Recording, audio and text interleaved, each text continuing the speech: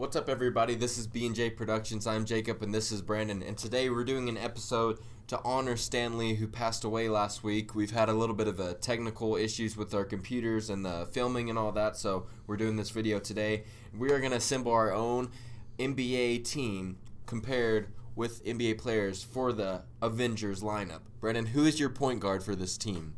Point guard for my team, I went with who I think will be a team leader and a great leader. Really athletic, I went with Captain America. Captain America, in my mind, is comparable to prime Rajon Rondo or Chris Paul right now. I think he's a good start to the team, a good point guard to lead them. Who'd you pick, Jacob?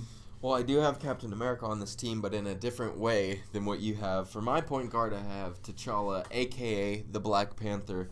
For me, he's kind of the prime D-Rose of the team. I think he's definitely a key aspect. The more he goes in, the more kind of speed he gets. When he gets hit with contact and stuff, the more powerful he becomes. I think that's exactly what D-Rose. That does not make sense because D-Rose got his knees. That's why I said prime D-Rose. Both good knees, D-Rose. MVP season, D-Rose. No, I think T'Challa is going to be a new leader for this new Avengers kind of squad, and that's why he's my point guard. Brandon, who is your shooting guard? Good luck when T'Challa's knees turn to dust. Okay, my shooting guard is Spider-Man, and I think Spider-Man, he's a really good pick for this team. He adds a lot of athleticism. Maybe not really, he's not there to give us a deep range. He's more of like a Donovan Mitchell type player. But I think he brings a lot of athleticism to this team and a lot of defense that this team needs. I also have the shooting guard as Spider-Man, but I do not think he's more of a, you just use Donovan Mitchell because his nickname is the Spider. No, I use them because they're both athletic. Yes, okay, whatever. I think he's going to be more of a kind of Kyrie Irving kind. I think he's going to probably have the best handles on this team, especially because of his sticky hands. Yeah, okay. And I think he's going to be a Kyrie kind of player. I do not think he'll be that much of an impact player as T'Challa will be, but I do think they can easily make a lot of money off of this guy, just like Marvel is doing with Spider-Man. Thank you, Stan Lee, for creating this character. But I do think he's going to be a key aspect to this team. Kind of more of a passer.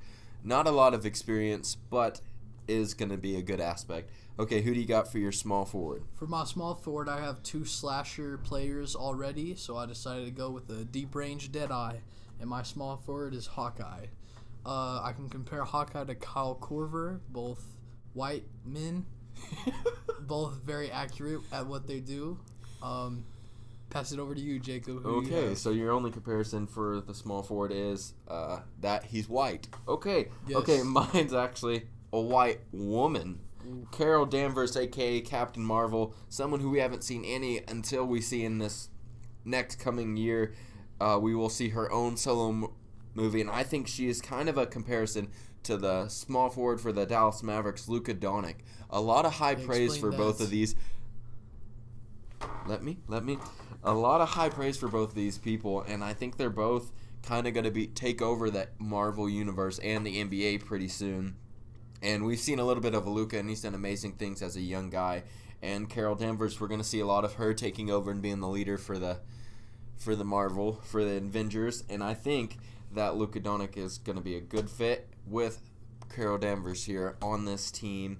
Who is your power forward, Brandon? My power forward, I went with a real power player, trying to bring back some Lob City with Captain America. I think these two will be a great duo. I have Thor. I can compare Thor to Blake Griffin. Again, they're white. Thor has beautiful hair. Blake Griffin doesn't. Thor's very powerful. Blake Griffin is very powerful. Okay. That's about all I have to say about that. Yeah, okay. My power forward is also Thor, Odin's son. But for my comparison here, I do think he's probably the best power forward. I think that was a no doubt kind of the same thing with Spider-Man, that there wasn't anybody else we could put there. I do think Thor Odinson is kind of like a prime Dirk Nowitzki. Okay, explain that one, idiots. I think, along with the golden locks that they both have, I think Dirk is a foreigner, Thor is a foreigner. Oh, okay, I get that. And they both kind of just have a lot of power, and nobody really thought much of them when Thor's movie came out, when Dirk first came in '98, and just started playing incredibly. I think they're both awesome guys. Real sleeper players. Nobody likes them, but they're all the best. Yeah, but before Thor Ragnarok, people kind of forgot about Thor in the MCU. People kind of forgot about Dirk before he won the NBA Finals in 2012. I think this goes hand in hand with each other. Both are going to be a different kind of leader on this team. Dirk and Thor will be a good kind of leader until Carol Danvers and Luka Doncic can step in. And that's why I have Thor Odinson as Dirk at my power forward. And who is your center position? At center, I decided to go with another power player in Hulk. I can compare Hulk to Boban Marjanovic for obvious reasons. Boban Marjanovic, if he was green, he'd be Hulk in real life. I think so too, and I think that's a little biased for your Clippers opinion, but I do agree. I think Hulk and Boban are kind of the same person here. But for my center, I went with a little bit of a different aspect, kind of how you went with the small forward. I went with Groot. I can say 3 words, I am Groot. Kind of reminds me of one Joel Embiid. Trust the process, that's his 3 words. Trust the process, you're right. And, I mean, Joel Embiid is an incredible center. I think he's humongous like Groot. He doesn't say, well, he does say a little bit too much. That's a little bit. But Groot says, I am Groot a little too much too, because that's all he knows how to say. But Joel Embiid, I think, here is a really good fit along with this.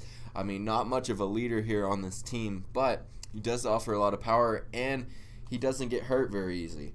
Or he doesn't anymore. The old Groot is dead. Now there's baby Groot and teenage Groot. Kind of the same thing here with Joel Embiid. Yes, I just made that up on the spot, so let's go there. Who is your 6th man of this team? My 6th man of this team is somebody I expect to come off the bench and play good prime minutes in the 4th quarter, and that is Ant-Man, otherwise known as Lou Will. Lou Williams has the most 4th quarter point average of the year of anybody this year, and I think last year. I think I brought him to my team so that if everybody knows Hawkeye doesn't really have any power, so when he gets tired, I'll put Lou Williams in there and keep up with that deep range dead eye, maybe score some 4th quarter clutch points. Mm-hmm. Who's your 6th man? My 6th man is something a little bit different too, kind of like your Hulk pick, but I'm going with Bucky Barnes, a.k.a. the Winter Soldier, and you'll see how he fits in with the coaching situation. But I do think Bucky Barnes is someone people forget about as being in Avengers. He has a metal arm, for God's sake. I think that's pretty valuable. Is that even allowed? Yeah. It's not J.R. Smith's Supreme tattoo, so we're good. Okay. But for my comparison, I say he's like the wonder from down under on the Utah Jazz, Joe Ingles, a small forward there. People forget about him, but he's a high-quality defensive and offensive player. I think him and Bucky Barnes show a lot of similarities, other than the fact that one is a superhero. I do think Joe Ingles is forgotten. Bucky Barnes is forgotten. And one of these days, Bucky Barnes might even become Captain America. There's not that much hope for Joe Ingles, but that's why he's my 6th man. And who is your coach of this team, Brandon? My coach of this team, I went with the obvious choice, the guy who puts it all in motion to start with. I went with Nick Fury. Mm-hmm. I think Nick Fury is a great coach. That's about it. No other reason than he's the leader. Nick Fury did do a lot of things here, and for me, Nick Fury is not my coach because I think he just recently retired from my team, and 2 head coaches kind of mixed together. I think Steve Rogers and Tony Stark, a.k.a. Captain America and Iron Man, are the coaches on this team. More of because I went with a kind of a new age Avengers, Brandon with a kind of an older age Avengers. I think this is going to be Steve Rogers and Tony Stark are going to take over this team, coach them.